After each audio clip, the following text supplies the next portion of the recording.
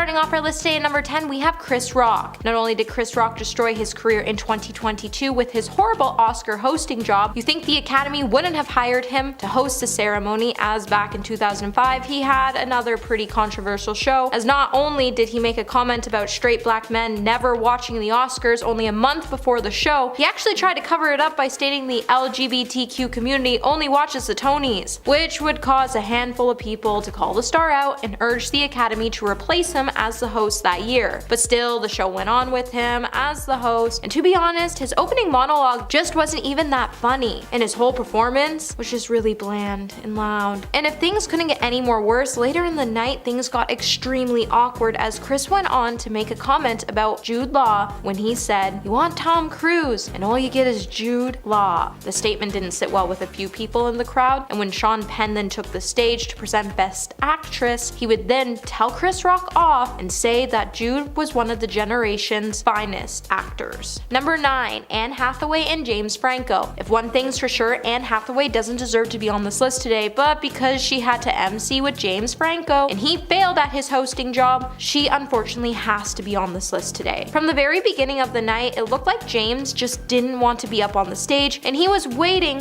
for the whole event to be over, which was strange as you think the actor would have been a little more excited as he was also nominated for an Oscar that year, but he still didn't want to be there. So to make up for his co-star's lack of energy, Anne had to try her best to keep the show afloat. Unfortunately, tipping into her over-the-top energy caused a lot of the viewers to cringe. But I still don't know what's worse, the fact that they had zero chemistry on the stage, or the fact Anne opened up the ceremony by saying, "My gosh, you're all real." Later, James would even acknowledge how bad his presence was by telling David Letterman, "I've thought about it. I think I know why I bombed. I love her, but Anne Hathaway is so energetic. I think the Tasmanian devil would look stoned standing next to Anne Hathaway." Hey my little peaches, are you liking this video so far? If so, don't forget to give it a thumbs up and subscribe to that channel. Number 8, Seth MacFarlane. To be honest, I don't think any of us could really understand why the Academy would ask Seth MacFarlane to host the Oscars in the first place, as his brand of humor in his Family Guy show is very controversial. So they should have known that his performance was going to get on a lot of people's nerves. Now, Seth definitely proved that he could sing when he performed in his opening number, but he chose to do it in such a controversial way as he decided to write a very misogynistic set that revolved around seeing actresses who have stripped down on scene for their roles, as Seth went on to sing about how he has seen certain actors' chest. He then went on to mention everyone from Meryl Streep and Naomi Watts, and you could see their faces all fall in the heartbreaking slow moment. He also enlisted an entire choir of men to help him humiliate the woman he named in his song, and when the cameras finally panned over to Charlize Theron, her unimpressed face would say it all. Not to mention, he also went on to make jokes about how women were getting themselves sick just so they could stay in shape for the award show, as well as cracking jokes about the infamous Rihanna and Chris Brown altercation, which just wasn't cool. Number 7, Ellen DeGeneres. Ellen's first Oscar hosting gig in 2007 was an utter mess, as it was nothing like the lovable performance she put on in 2014. Maybe her first time around was just missing all the selfies and pizza. However, with saying that, it isn't really Ellen's fault her performance as a host didn't do so well, as prior to hosting the Oscars, she previously hosted 3 Emmy Awards, and she did such a great job doing so. So when the Oscar ratings were down, the Academy brought in Ellen so she could bring in a different demographic, but by doing so it seems like it was just a little too forced, as she just kept rambling on and her points just fell very flat throughout the night. Even her overall style didn't seem to fit in with the Oscars, and there was a point where she even mentioned the Oscars was going green and that she was going to recycle some of her old jokes, and she actually took that to heart. It seemed like she made the night a little too much about herself and didn't really focus on the films and the actors that were up for consideration that night. Number 6, David Letterman. It's no lie that David Letterman was at his peak in 1995, but just a couple years earlier he was actually passed over for the Tonight Show gig that was vacated at the time by Johnny Carson. So David instead went to sign his own deal for his own show on CBS, and he actually was beating Jay Leno's late night ratings by a decent margin, so he became the perfect choice to lead the Oscars, well, after both Whoopi Goldberg and Billy Crystal declined to host the event first. Now, David has always had this very dry sense of humor, and it didn't exactly translate well when he was hosting the Oscars. With his opening monologue being extremely boring, to listening to Uma Thurman and Oprah's opening skit was also just very odd and out of place to watch. David just couldn't get his style of work to fit in the right way like Johnny Carson did before him. It also didn't help that he also told the audience at one point to pay attention. At the end, David took all the heat he was receiving in stride, and he even went on to make fun of himself when he returned to his regular job by saying the Oscars even asked him to perform again.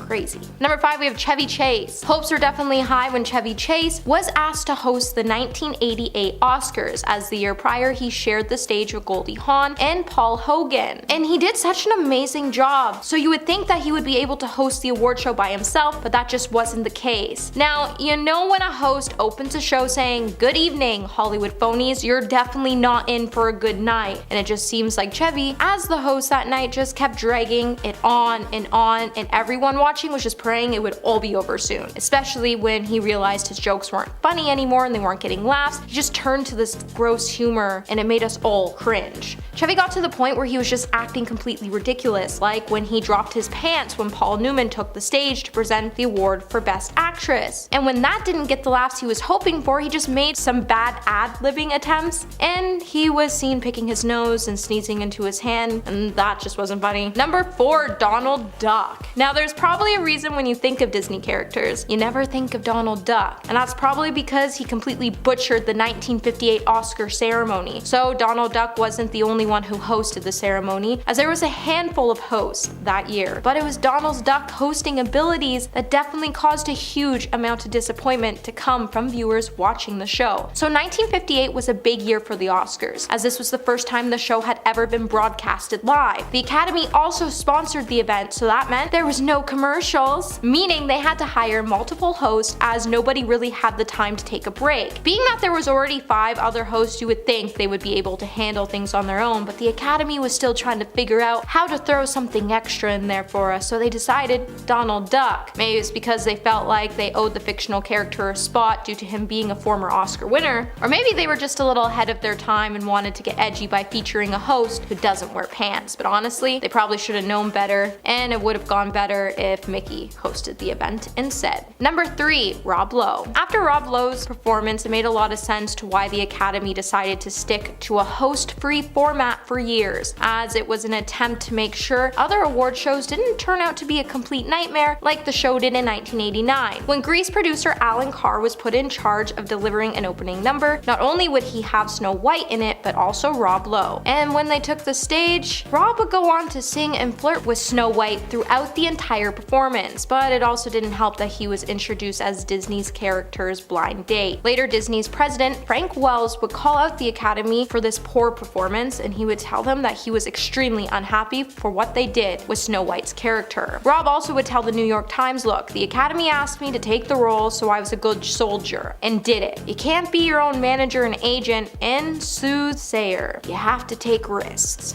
But maybe you shouldn't have taken that one. Number 2, Neil Patrick Harris. In 2015, Neil Patrick Harris, who is known for his roles in the hit series How I Met Your Mother or the Harold and Kumar franchise, got a chance to host the Oscars, and honestly, his performance as an MC for the event received a lot of mixed reviews, as his abilities to do the job just wasn't that great. Now, while the star's jokes were funny, as he is funny, he kind of pushed it a little too far as he poked fun at his own career, as the star then came out in his own underwear later on in the show to spoof Birdman and show off his songs and dance skills, with some help from Anna Kendrick. But the overall performance would have critics fuming, as they thought his opening was just bland. The only thing most people actually found enjoyable to watch weren't his jokes, but more his political speeches, as they were more entertaining to watch than his skits were. And if you prefer to hear about politics more than you want to watch a skit, you know there's a problem, because let's face it, no one likes politics. And coming in number 1, today we have Frank Sinatra. So Frank Sinatra actually had the chance to MC the Oscars twice. The first time around, he got the chance to MC the event by himself in 1963, and he did an amazing job, so it wasn't really surprising that the Academy would ask him to come back to the show to MC again, and this time he got on the stage with Sammy Davis Jr., Bob Hope, and Shirley MacLaine. However, his second time as an Oscar host was definitely a tense one, as during this telecasted event, he and his co-host faced some major controversy when filmmaker Bert Schneider read a telegram from a Vietnam diplomat.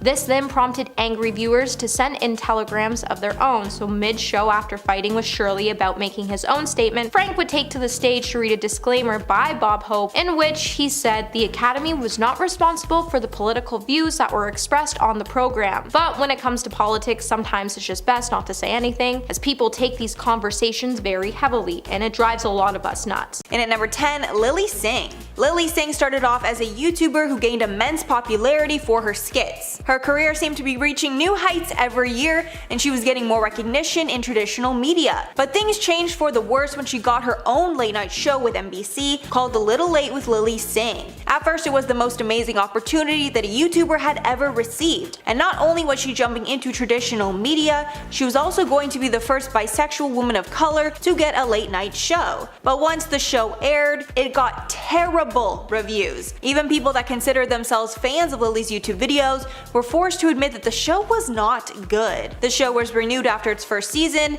but did not make it past the chopping block after the second season. Lilly is still working in traditional media, however she does not have the respect on YouTube or television that she had before her show debut. And at number 9, Kathy Griffin. Kathy Griffin is one of the most controversial comedians ever because she doesn't shy away from touchy subjects like religion and politics. And it seems that her bad reputation has trickled over to some of her peers, and as a result, she's been banned from countless talk shows over the years. I think she might have broken a record for one of the most banned people ever. She's been blacklisted from The Tonight Show with Jay Leno, The View, Ellen, Today, and The Late Show with David Letterman. The story of why she was axed from Letterman is the most insane. While she was on the show doing a live interview, she decided to start undressing. She got so naked that the crowd, as well as those at home, saw her bra, stomach, and the fact that she wasn't wearing any underwear. And at number 8, Hugh Grant. Hugh Grant ruined his career in a number of ways. I think him cheating in public with a sex worker was probably the most famous, but his bad reputations on late night shows definitely did not help. Jon Stewart had such a bad interaction with the actor that he decided to ban Grant from his late night show back in 2009. Apparently Hugh was incredibly rude while he was on the show, cursing and complaining about pretty much everything.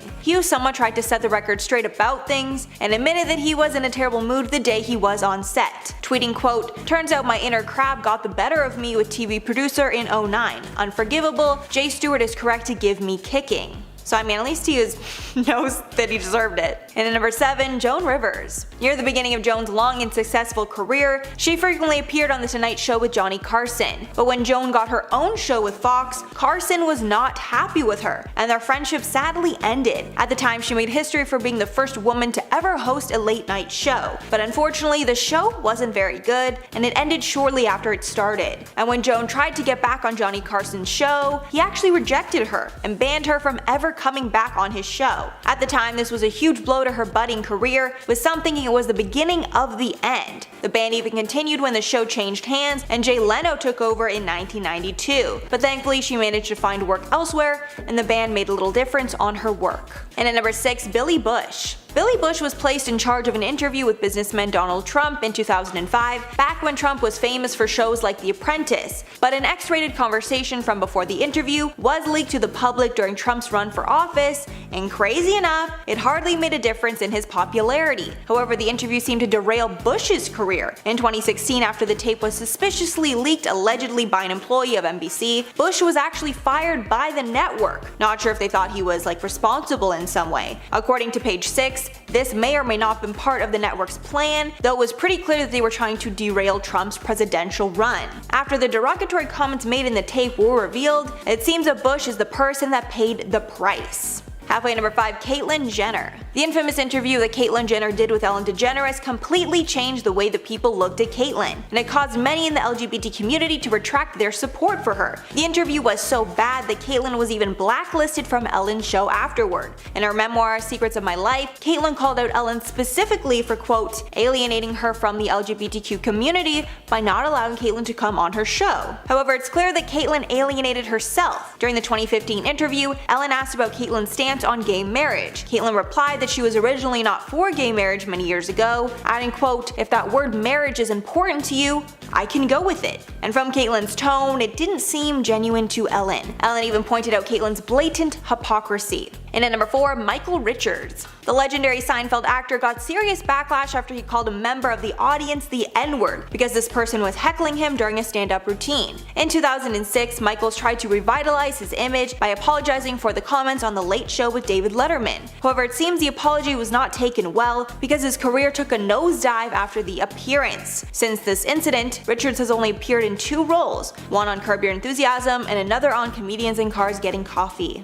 And at number 3, David Letterman. Recently, David Letterman has received a lot of flack for his past interviews, specifically for being inappropriate while interviewing his female guests. But there is another overlooked controversy involving Letterman that almost derailed his career. In 2009, Letterman got on television and told his unsuspecting viewers that he was being blackmailed. Apparently, this person knew that Letterman was having sexual relationships with his coworkers and wanted $2 million to keep the secret to himself. However, Letterman did not participate in the blackmail and decided to air his dirty laundry out to the public. After working with the police, they discovered the person was producer Joe Halderman. Many were shocked that Letterman was sleeping with members of his staff, which is incredibly unethical because of his position of power. He seemed to get off the hook pretty easily, but that behavior definitely would not have stood today. And at number 2, Alan Carr. This one's honestly hilarious, but it was a bit too cheeky for many people's taste. While Kim Kardashian was on Alan Carr's show, they were speaking about her butt and why everyone believes that it's fake. Kim even showed Alan the pictures of the x-ray she got on the show, proving that there are no implants in her butt. Kim then decided to get a little cheeky and let Alan Carr actually grab her butt so he could feel if it was real. The moment was very brief and they both took it like a champ, but out of context it looks really bad. After the grab, Carr told Kim, quote, if I had a bum like yours, I would walk into a room backwards. How honored are you when people say you have the best bum in the world? Kim blamed it on her Armenian genes, pointing out that all her sisters are curvy.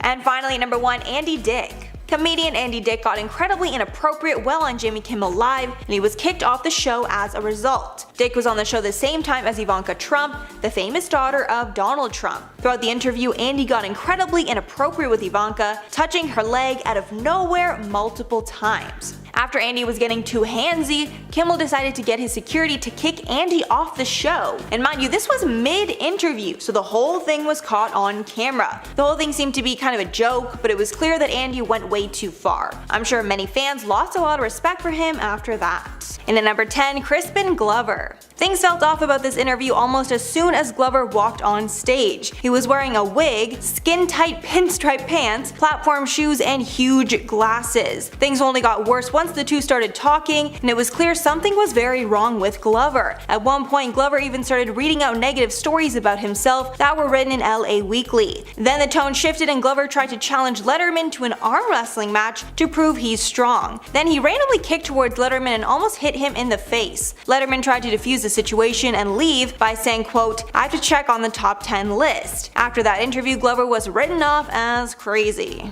And at number 9, Charles Rocket. Charles Rocket was primed to be a breakout star of SNL in 1981. Fans of the show called him the perfect mix between Chevy Chase and Bill Murray, and his segments on the show were adored by everyone. However, his career completely imploded after he accidentally said the F word during the live broadcast. Every cast member at the time knew how important it was to never swear on TV, as it would get you fired. That's exactly what happened to Rocket. He went from being one of the best cast members of that time to basically nobody, and his career trickled off slowly after he was fired.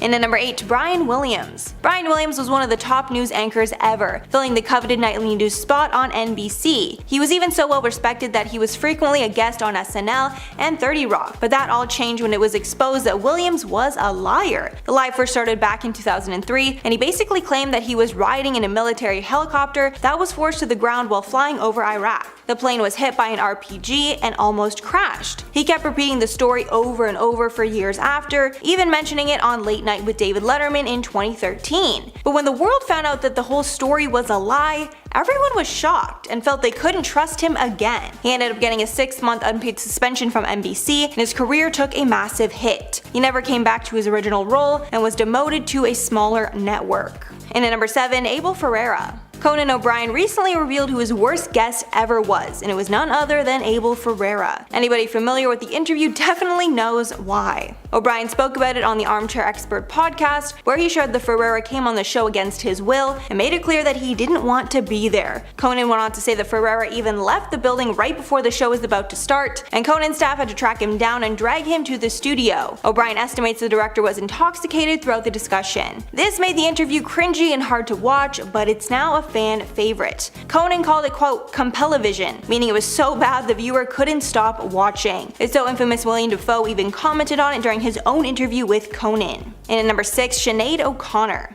Sinead O'Connor was at the peak of her career when she was asked to perform on SNL, but the live performance didn't go as planned and her statements had serious repercussions. O'Connor performed on SNL in October of 1992, but SNL was probably wishing that she didn't, because O'Connor ended the performance by holding up a picture of Pope John Paul II, ripping it up, and stating, quote, fight the real enemy, obviously offending millions of people. The show quickly cut after they saw what happened, but the damage was already done, and tons of angry calls came flooding in. One audience member even tried to assault O'Connor and had to be removed by security. Not only was O'Connor banned from SNL, her career never really recovered. Halfway number 5, Ashley Simpson. This is one of those accidents that sadly ruined a career. While Ashley was on SNL to perform, she did one song that went off without a hitch, but her second song caused an infamous moment the internet will never forget. When the music started, the vocals for the track that she sang before started to play, making it incredibly clear that she was lip-syncing. Nobody knew what to do, so her band just kept playing while she danced around the stage and didn't sing a word. In the days that followed, the singer was attacked in the media for lip-syncing, which is especially bad on an all-live show. After the incident, she tried to set the record straight and explain why she lip-synced. She told MTV that she lost her voice because of acid reflux, and instead of canceling her appearance, she thought it was better for everyone if she just faked it. I'm sure she regrets it in hindsight.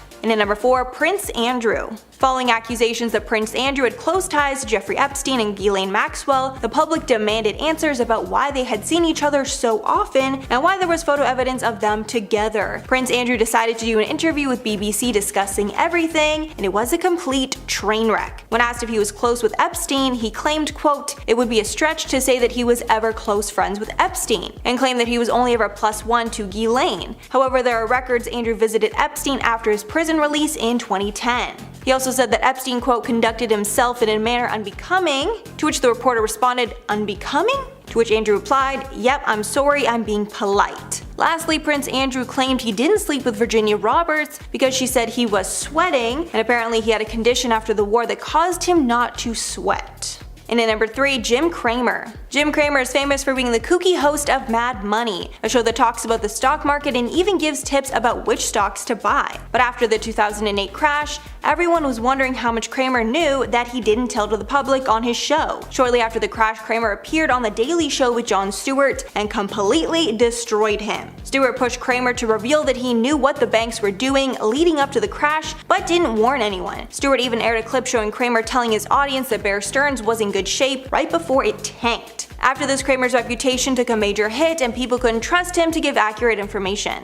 And at number 2, Kelly Osbourne. Kelly Osbourne got tons of heat after she made an incredibly insensitive comment about Latinos on The View in 2015. While the panel was discussing Donald Trump's hateful comments about Latinos, Osbourne said, quote, if you kick every Latino out of this country, then who is going to be cleaning your toilet, Donald Trump? You know what I mean? After a shocked reaction from the crowd, she backtracked, adding, quote, "I didn't mean it like that. Come on, I would never mean it like that. I'm not part of this argument." One of her hosts, Michelle Collins, tried to help her out by adding, quote, "I think what you're trying to say is that Trump probably relies on the people that he's insulting." These comments have haunted Kelly ever since. And finally, number 1, Jennifer Garner. Of course, Jennifer Garner's career is doing just fine, but she was incredibly embarrassed while she was on The Late Show with Conan O'Brien. Jennifer was promoting a new movie she was in where she was a secret agent doing tons of stunts. The pair started talking about these stunts, and Conan asked if she had snuck anywhere. Jennifer quickly replied that snuck is not a word, and sneaked is the actual word to say, even calling out the fact that Conan had a degree from Harvard and seemingly didn't know that. However, after they came back from commercial break, Conan brought out the dictionary and proved that snuck is a word. It seems that sneaked is the proper term, however snuck has been popular since the 19th century, and now both are recognized. Starting off our list at number 10 today, we have Harry Styles. Currently, Harry Styles is receiving backlash over comments he made during his Album of the Year speech at the Grammys on Sunday. What should have been a big night for Harry after he performed his #1 single, as it was, and won his first Grammy Award, would soon be forgotten after he made some pretty serious remarks during his acceptance speech. After he won Album of the Year, reacting to Harry's win, he said, "I've been so inspired by every artist in this category with me at a lot of different times in my life. I think on nights like tonight, it's so important to remember that there's no nights like tonight. It's so important to remember that there's no such thing as best in music. This is really, really kind. I'm so grateful that this doesn't happen to people like me very often. This is so nice. Thank you." While fans were quick to congratulate Harry, others decided to point out that there were issues with Harry claiming that this doesn't happen to people like him very often because for years, white men like Harry have always been given preferential treatment at the award shows like the Grammys, and this year he was up against artists who have been historically shut out of those awards for years. Number 9, Chris Brown. Chris Brown isn't a happy camper after finding out that he lost out on Best R&B Album of the Year to pianist Robert Glasper at the 65th Grammy Awards on Sunday. Voicing his anger over his loss, Chris would head over to his Instagram to fire shots at Robert in a series of stories posted to Chris's account. In one post, Chris would say, "Y'all playing? Who the F is this?" alongside a picture of Glasper with several crying laughing emojis. And he didn't stop bashing Robert there, as he then went on to say, "Who the F is Robert Glasper? I'ma keep kicking y'all ass.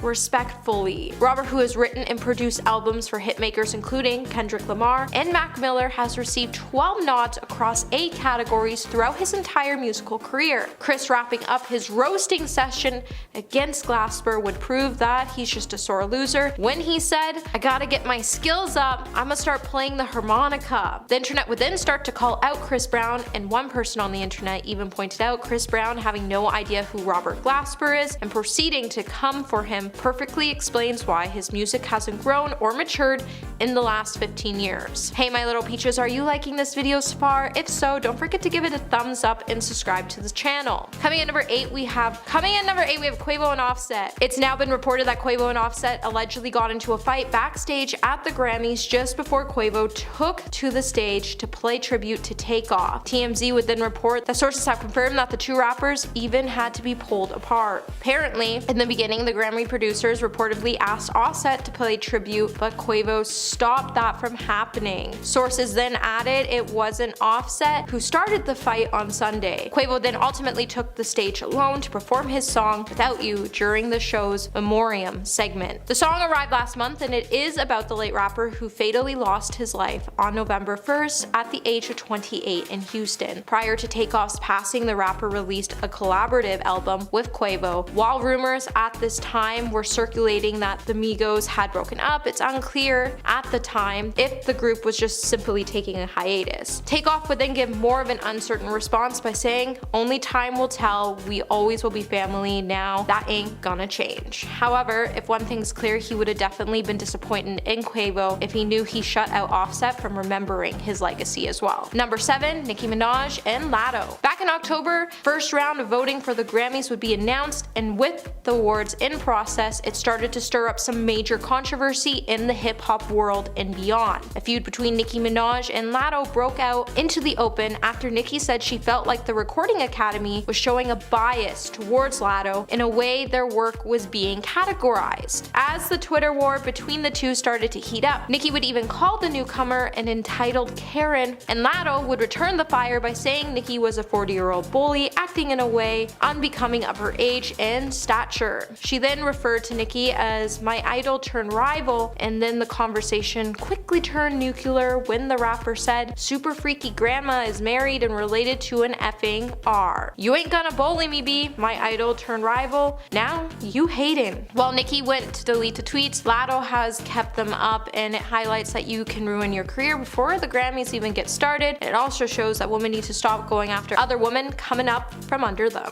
Number 6. The Weeknd. When voting began for the 2023 Grammy Awards, the ballot would reveal that The Weeknd has still continued to withhold his music from the awards consideration. While the artist appeared across the ballot numerous times due to his guestwork, his respective solo album would be nowhere to be found. The Weeknd first began his boycott of the Grammys in 2021 after not receiving any nominations for his massive, successful After Hours or its singles. He then went on to say, "Because of the secret committees, I will no longer allow my label to submit my music to the Grammys." Even after the Recording Academy changed some of its rules, he maintained that he would not be submitting his work. However, despite his boycott, The Weeknd did win the 2022 Grammy Award for the Best Melodic Rap Performance for his contributions to Kanye West Hurricane. Number 5. Will Smith. So it's clear that the Grammys never hurt Will's career. However, I think it's still worth mentioning that Will Smith boycotted the Grammys back in 1989 after he and his musical partner DJ Jazzy Jeff boycotted the Grammy Awards after learning that the presentation of the award for the new category at the time of Best Rap Performance wouldn't be televised. Smith and Jeff were nominated and ultimately won the Grammy for Parents Just Don't Understand. Smith then, in an interview with Entertainment Tonight, would say, "We don't have a problem with the Grammys as an award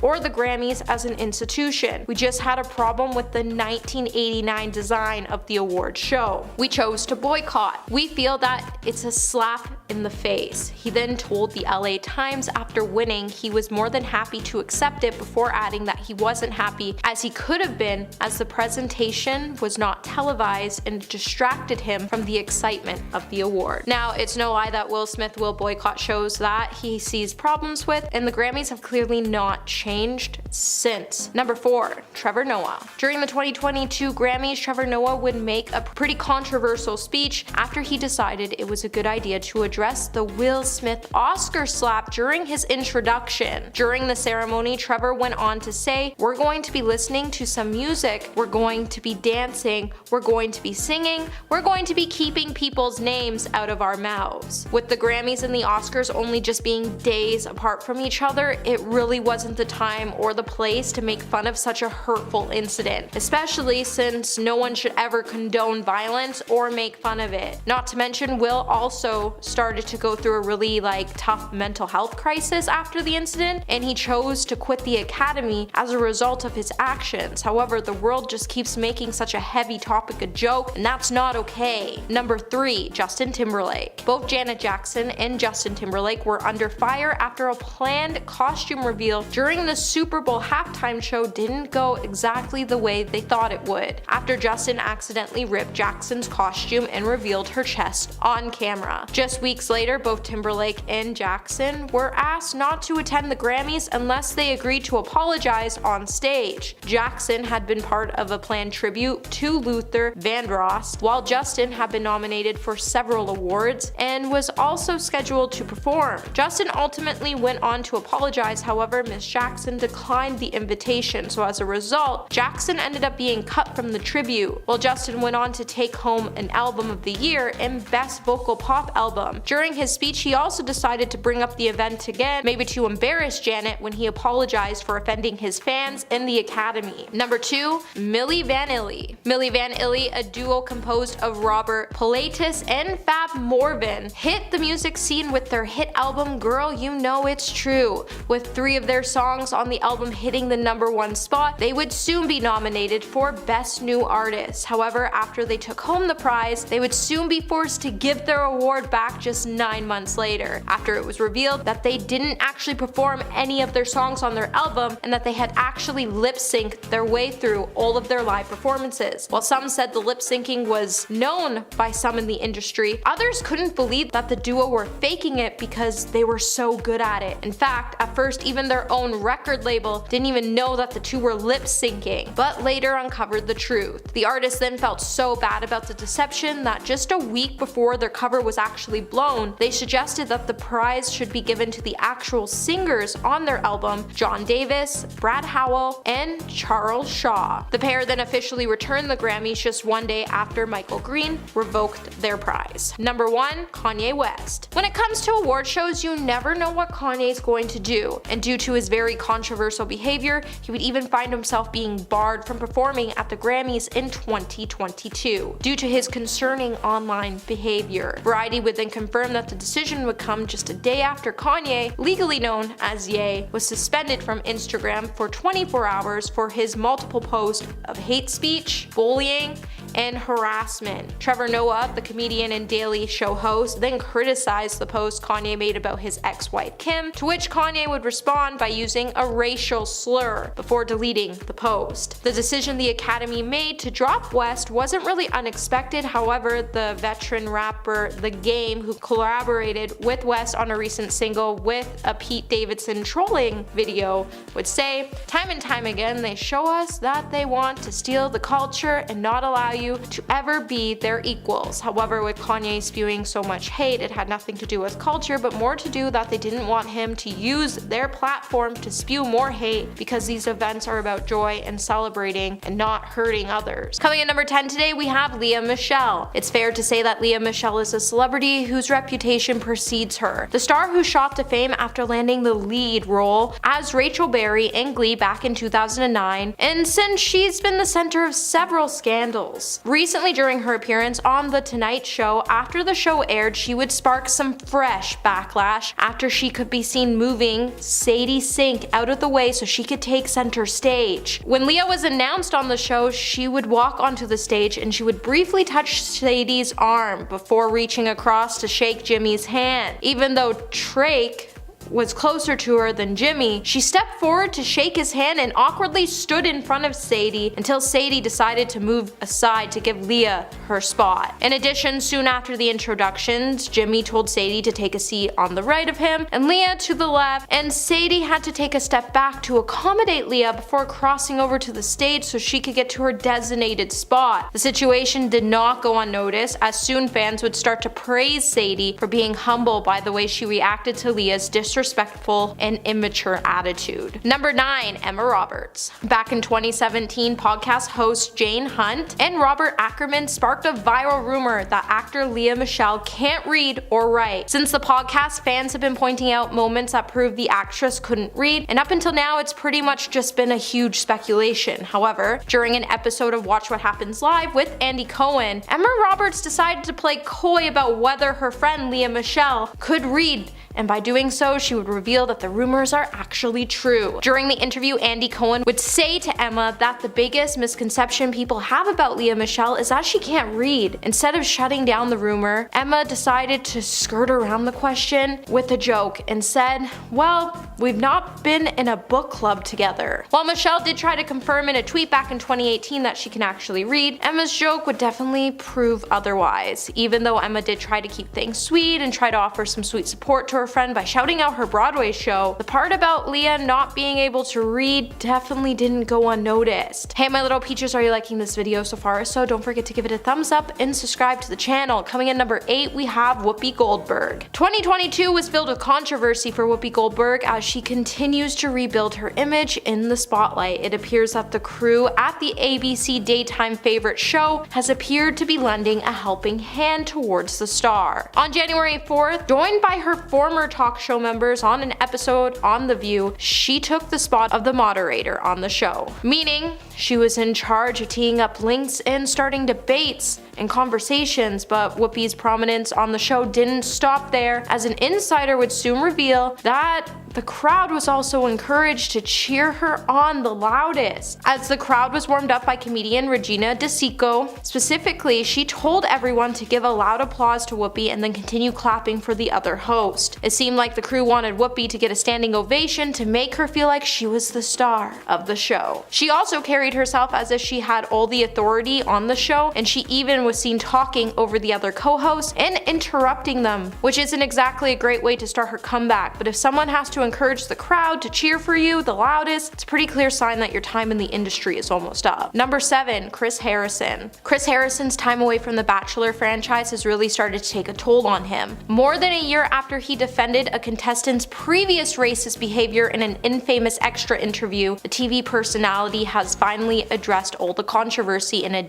debut episode of the most dramatic podcast ever. In the episode, he would say, "I think I need time to figure out what I want to say. How I felt that mistake doesn't reflect who I am or what I stand for." While his extra comment marked the beginning of his Bachelor downfall, Chris has been left feeling heartbroken, gutted, and embarrassed, and he stated that the backlash took a toll in more than one way. In the podcast, Chris would also state that his comments made him feel sick and worry about his children, loved ones, and family, and since he decided to step down from his role on The Bachelor, he hasn't been able to watch the show, but he has been keeping an eye on the ratings and believes the show is declining in ratings because he's no longer on the show, and that hurts him a bit. Number 6, Sam Smith. Rumor has it that Adele and Sam Smith may have more in common than just their heavenly voices, as fans are speculating that they are actually the same person. During an episode of the Drew Barrymore show, Sam would reveal the craziest rumor they've ever heard about themselves, and it was that they were actually secretly the Hello singer in drag.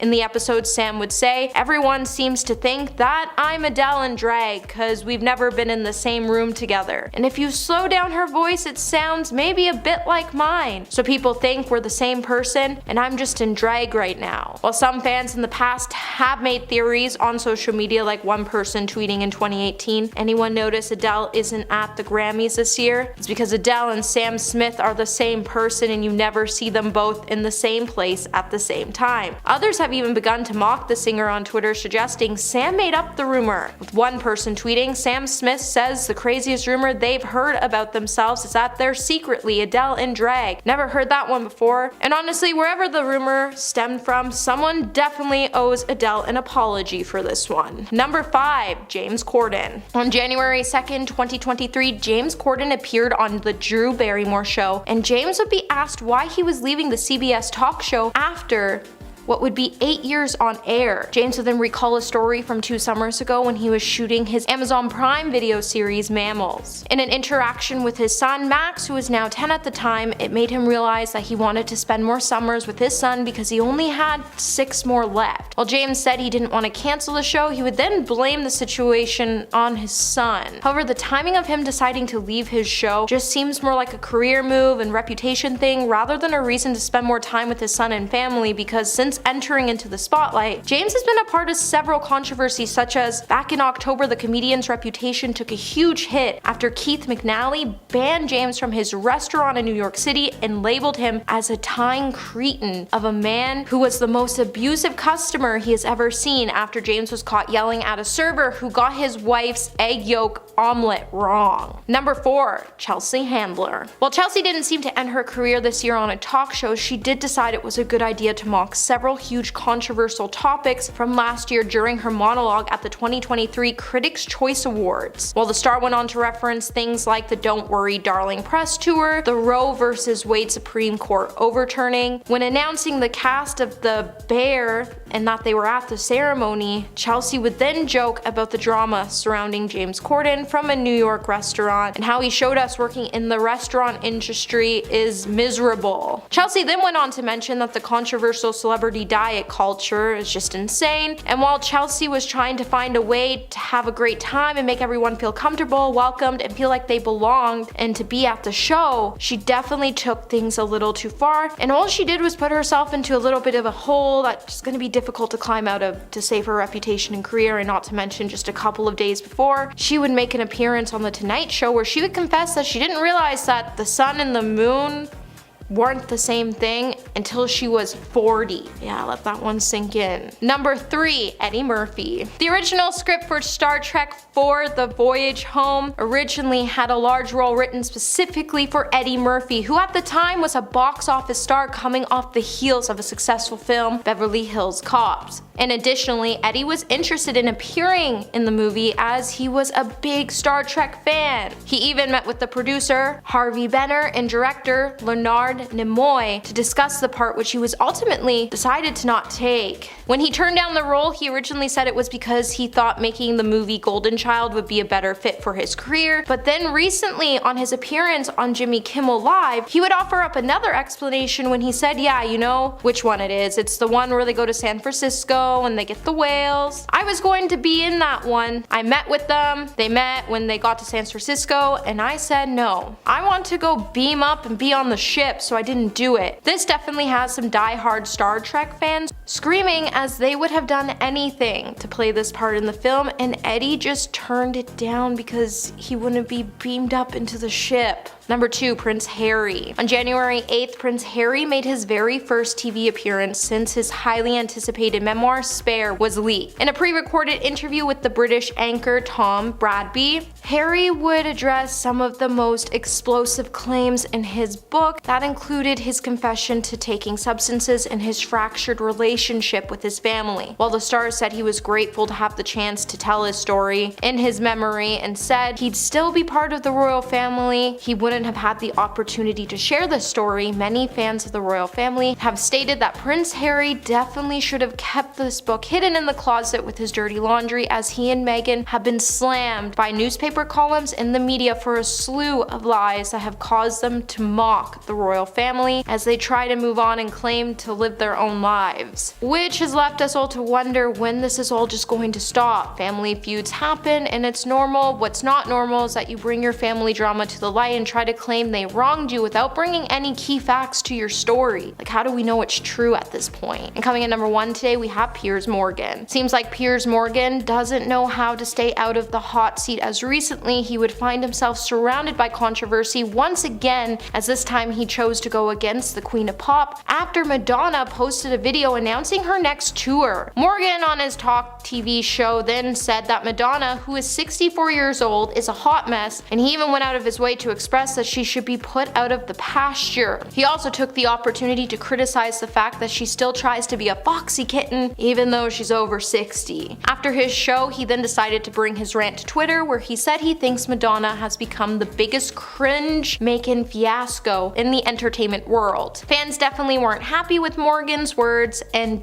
many just continue to call him out on his insensitive, misogynistic, and even labeled him as a cruel person for his words. And at number 10, Janet Jackson. Janet Jackson is easily the celebrity with the worst track record relating to the Super Bowl. In 2004, she had the honor of leading the halftime performance, but she made the biggest mistake of her life and invited Justin Timberlake to perform with her. This incident was so bad it coined the term wardrobe malfunction. While her and Timberlake were performing the song Rock Your Body, Justin reached over and ripped her shirt, exposing her bare breast to everyone watching live. Over 540,000 complaints were filed after the incident, and CBS was even fined for allowing it to appear on TV. Following the mishap, Jackson was banned from attending the Grammys that year, and all the world could talk about was Janet Jackson, even though Timberlake completely caused the malfunction. Watching the performance back now, it's clear that the moment was staged. We're just not sure where exactly it went wrong. It was rumored that he was supposed to pull back the top part and expose just the red lace bra she was wearing underneath, but obviously he ripped off too much. Jackson's career has really never recovered following the event. And at number 9, Justin Timberlake. Justin Timberlake's career totally took off after the Super Bowl incident, and it was a minor bump in the road for his career. Thankfully, he has gotten some repercussions recently. In 2021, after the release of Framing Britney Spears, the world got to see how badly the media treated her. One portion was the fact that Timberlake accused her of cheating in his Cry Me a River music video, and spoke about their intimate life when that was not something that she wanted to do. Janet Jackson was also brought into this conversation, situation, and people were angry he took zero accountability for hurting them both. He responded with an apology note on Instagram, but it was not accepted. In 2018, Timberlake hosted the Super Bowl himself, which is insane considering he is the reason for the malfunction. During that performance, he did a Prince cover and decided to include a huge Prince display during the performance. Prince's family did not like this, and he got tons of backlash for disrespecting Prince's wishes. In at number 8, Katy Perry. Katy Perry headlined the halftime show in 2015 and put on a bright and colorful performance, as expected. During the show, she brought out other performers like Lenny Kravitz and Missy Elliott. But after it was done, all anyone could talk about was Perry's backup dancer, who became memed as the left shark. During the performance, Perry had two giant sharks behind her dancing while she sang Teenage Dream, but the left one caught everyone's attention because the shark was off cue the whole time and looked to be falling behind. The shark even became one of the year's top Halloween costumes. After the performance, everyone wanted to know the full story behind Left Shark, so the dancer inside the costume, Brian Gaw, shared his side. He had been dancing with Perry for 5 years beforehand, and he said that he felt the performance was up to interpretation, so he decided to play a different sort of character as the goofy shark who did not know what he was doing, and clearly he played the role perfectly. In at number 7, the Red Hot Chili Peppers. In 2014, Bruno Mars ran the halftime show and decided to bring out the Red Hot Chili Peppers as one of his guests. The band and Mars performed Give It Away, and everyone loved it. However, during the performance, fans on TV realized that the bass and guitars were not plugged in, making it clear it was not actually a live performance. The band started to get tons of backlash, and people were angry that they did not play live as they claimed they would. The bassist later made a statement which revealed, quote, "When we were asked by the NFL and Bruno to play our song Give It Away at the Super Bowl, it was made clear to us that the vocals would be live, but the bass, drums, guitar would all be pre-recorded." The band's guitarist also doubled down, revealing that every band in the last 10 years has also performed to a recorded track, because there is way too much room for error with a real live performance, and they don't have time to deal with any problems. In at number 6, Maroon 5. The 2019 Super Bowl was fraught with scandal. That year, Colin Kaepernick decided to kneel for the national anthem instead of stand, and it became a political war between those who supported him and those who did not. During the season, the NFL made the controversial policy to ban the protest, which many felt was silencing Kaepernick and others that joined him. By the time the Super Bowl came around, no big star wanted to affiliate themselves with the NFL. A number of performers were asked to lead the halftime show, but all refused, until Maroon 5 and Travis Scott agreed. Even before it was announced that they agreed to do the show, thousands of people signed a Change.org petition calling on the group to drop out. One comment on the petition read, quote, "Kaepernick risked his career to take a knee for equality, and the NFL punished him for it. Until the league changes their policy and supports players' constitutional right to protest, no artist should agree to work with the NFL." Amy Schumer even tweeted for the group to reconsider. Maroon 5 responded by saying, quote, "I'm not in the right profession if I can't handle a little bit of controversy. It is what it is, we expect it, we'd like to move on from it." Halfway number 5, MIA. During Madonna's halftime slot at the 2012 Super Bowl, she brought out her collaborators on the song Give Me All Your Lovin', MIA and Nicki Minaj. But the great night came to a crashing halt after MIA flipped the bird at the end of the performance, and millions of viewers at home saw. The league was so outraged by the decision that they decided to sue her for $16 million. The suit was settled between parties for an undisclosed amount. After the scandal, she claimed the finger was a, quote, "display of female empowerment through being punk rock." Madonna later commented that she had no idea it even happened until much later, but she was really surprised to learn that it happened, saying, quote, "I was really surprised. I didn't know anything about it. I wasn't happy about it. I understand it's punk rock and everything, but to me there was such a feeling of love and good energy and positivity, it seemed negative." In at number 4, Coldplay. It's hard not to love Coldplay, but sadly their Super Bowl halftime show was really cringy, mostly because the band was upstaged by their guests Beyonce and Bruno Mars. I assume most of you didn't even know that Beyonce's legendary Super Bowl performance in 2016 wasn't actually her show, it was Coldplay's show, she just guest starred. Considering many people don't remember anything about Coldplay's performance, it's clear that they took the back seat. During the show, Chris Martin's performance looked more like a third wheel, not someone who was actually supposed to be there. In at number 3, Fergie. In 2011, Fergie and the Black Eyed Peas hosted the Super Bowl halftime show, and they brought out special guest Slash during the performance. In between performing Black Eyed Peas songs, Fergie and Slash performed a rendition of Sweet Child of Mine. That had fans in uproar. As we know, Fergie likes to put her own spin on classic songs, but this one was not received well. It was the third song in an 8-song set list, which Rolling Stone described as the worst Super Bowl halftime show of all time. This was not the last time a rendition of a song went horribly wrong for Fergie though. A few years later, Fergie took to the NBA stage to perform the American National Anthem, and it was so bad we've really never heard from her since. In at number 2, Indiana Jones. If you were too young to remember this happened, I'm so sorry I'm gonna remind you, because it was an epic disaster. In 1995, Disney unveiled its Indiana Jones Adventure Temple of the Forbidden Eye ride, and they felt the best place to promote this new ride was at the 1995 Super Bowl halftime show. Disney came on board as the producer of the show, and it was pretty goddamn strange. The 11-minute show was somewhat of a musical theater performance. First, we see Patti LaBelle lip-syncing to a random song, then Indiana Jones and Marion Ravenwood show up via parachute and have to fight their way through a horde of ninjas for some reason. Then they grab the Vince Lombardi trophy and run away. Then the performers all sing "Can You Feel the Love Tonight?", which kind of felt like a strange choice. Thankfully, there was no mishaps during this performance, but we're glad something like this did not happen again. And finally, at number 1, Elvis Presto. Yes, you read that right. During the 1989 Super Bowl, there was an Elvis Presley impersonator that stole the show for all the wrong reasons, even though it was a great game. And the San Francisco 49ers edged out the Cincinnati Bengals 20-16 to win the event. All anyone could talk about the next day was Elvis Presto. For the halftime show, the NFL got a 1950s musical group led by a magician dressed as Elvis Presley to perform. This fake Elvis performed a magic trick for the crowd, which was deemed, quote, the world's largest card trick. Coca-Cola and NBC also presented the performance in 3D, and viewers could pick up a pair of 3D glasses before the event. The end result was a strange performance and a 3D show on mass scale.